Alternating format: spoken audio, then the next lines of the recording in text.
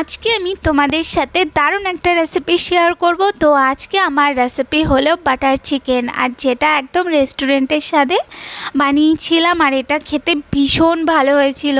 তো চলো দেখে নিই এই বাটার চিকেন বানানোর জন্য কি লাগছে। তো দেখো, প্রথমে আমি এখানে নিয়ে নিয়েছি বেশ কিছুটা চিকেন। তো এখানে আমি বোনলেস চিকেন নিয়েছি। এরপর আমি ওর মধ্যে দিয়ে দিয়েছি পরিমাণ মতো লবণ, দিয়ে দিয়েছি 1.5 চামচের মতন আদা রসুনের পেস্ট, আর এখানে আমি হাফ লেবুর রস দিয়ে চিকেনটাকে আমি ভালো করে একটু ম্যারিনেট করে নিয়েছি। চিকেনটা ম্যারিনেট করা হয়ে গেলে এরপর চিকেনটাকে 20 থেকে 25 মিনিটের মতন একটু রেস্টে রাখতে হবে।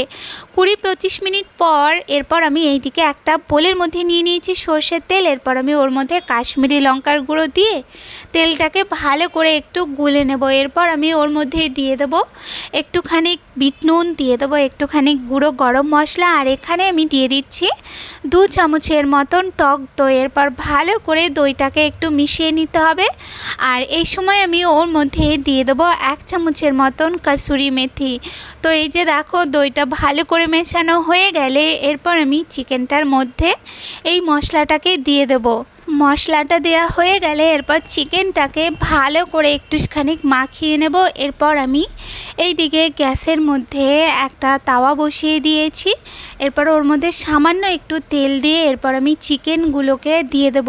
তো এখানে তোমরা তাওয়াতেও চিকেনটাকে ফ্রাই করতে পারো, অথবা চিকেনটাকে তোমরা শিকের মধ্যেও কিন্তু আগুনে ছেঁকে নিতে পারো।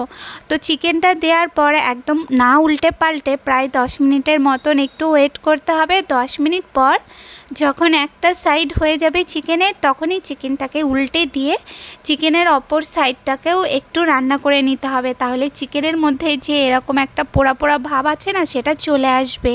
তো এই যে দেখো, চিকেনগুলো আমার ফ্রাই হয়ে গেছে। এরপর আমি চিকেনগুলোকে তুলে নেব, আর এইভাবেই আমি আর যে চিকেনগুলো রয়েছে সব চিকেনগুলোকে আমি একইভাবে করে নেব। এরপর আমি এই দিকে একটা কড়াইয়ের মধ্যে দিয়ে দিয়েছি সামান্য একটু তেল। এরপর আমি ওর মধ্যে এলাচ আর লবঙ্গ দিয়ে এখানে আমি বড় সাইজের 3টে টমেটো আর এখানে 2টো বড় সাইজের পেঁয়াজ কুচি দিয়েছি।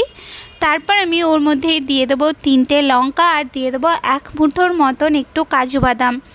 এরপর আমি ওর মধ্যে একটু লঙ্কার গুঁড়ো আর লবণ দিয়ে ভালো করে টমেটোটাকে একটু নাড়িয়ে নিতে হবে। তারপর টমেটোটা যখন একটু নরম হয়ে আসবে তখন আমি ওর মধ্যে দিয়ে দেবো জল। জলটা দিয়ে তারপরে ঢাকা দিয়ে এইগুলোকে একটু হতে দিতে হবে যতক্ষণ না সব কিছু একদম ভালো মতন সেদ্ধ হয়ে যায়। তো এই যে দেখো, এখানে সব কিছু ভালো মতো সেদ্ধ হয়ে গেছে। এরপর আমি এটাকে ঠান্ডা করে এটাকে মিক্সি করে নেব। এরপর আমি এটাকে ভালো মতন করে ছেঁকে নেব, যাতে এর মধ্যে কোনো রকম কোনো দানা না থাকে। তো এই যে দেখো, এটা ভালো মতন করে ছেঁকা হয়ে গেছে। আর যে চিকেনগুলোকে ফ্রাই করেছিলাম সেই চিকেনগুলো একটু বড় বড় সাইজ রয়েছে। তো এইগুলো চাইলে তোমরা এরকমও রাখতে পারো, অথবা এগুলো ছোট ছোট পিস করেও কেটে নিতে পারো। এরপর আমি এখানে একটা কড়াইয়ের মধ্যে নিয়ে নিয়েছি বেশ কিছুটা বাটার, আর ওর মধ্যে দিয়ে দিয়েছি একটু রিফাইন তেল। এখানে তোমরা চাইলে শুধু বাটারেও এটা করে নিতে পারো। এরপর আমি ওর মধ্যে দিয়ে দেবো 1 চামচের মতন আদা রসুনের পেস্ট। এরপর আমি হালকা হাতে একটু নাড়িয়ে চাড়িয়ে নিয়ে তারপরে আমি ওর মধ্যে দিয়ে দিচ্ছি জিরে গুঁড়ো, দিয়ে দিচ্ছি ধনে গুঁড়ো, এখানে আমি দিয়ে দিচ্ছি একটু কাশ্মীরি লঙ্কার গুঁড়ো, আর দিয়ে দিচ্ছি একটু গুঁড়ো গরম মশলা। এরপর আমি ভালো করে একটু নাড়িয়ে চাড়িয়ে নিয়ে তারপর আমি ওর মধ্যে টমেটোর যে পিউরিটা তৈরি করেছিলাম সেটা আমি দিয়ে এরপর আমি ঢাকা দিয়ে 2 থেকে 3 মিনিটের মতন একটু ফুটিয়ে নিতে হবে। 2 থেকে 3 মিনিট পর ঢাকনাটা সরিয়ে দিয়ে এরপর আমি ওর মধ্যে দিয়ে দেবো চিকেনগুলো। চিকেনটা দিয়ে তারপর ভালো করে একটু নাড়িয়ে চাড়িয়ে 5 থেকে 6 মিনিটের মতন একটু ঢাকা দিয়ে রান্না করে নেব।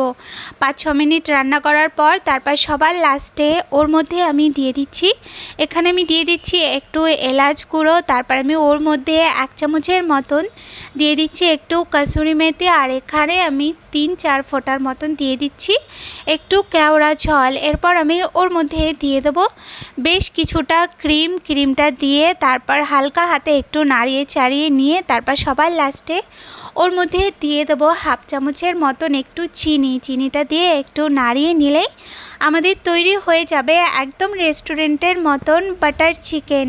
তো বাটার চিকেন রেসিপিটা তোমাদের কেমন লাগলো আমাকে কিন্তু অবশ্যই কমেন্ট করে বলো। রেসিপিটা ভালো লাগলে তাহলে অবশ্যই লাইক কমেন্ট শেয়ার আর আমার চ্যানেলকে সাবস্ক্রাইব করতে ভুলো না। আজ তাহলে টাটা।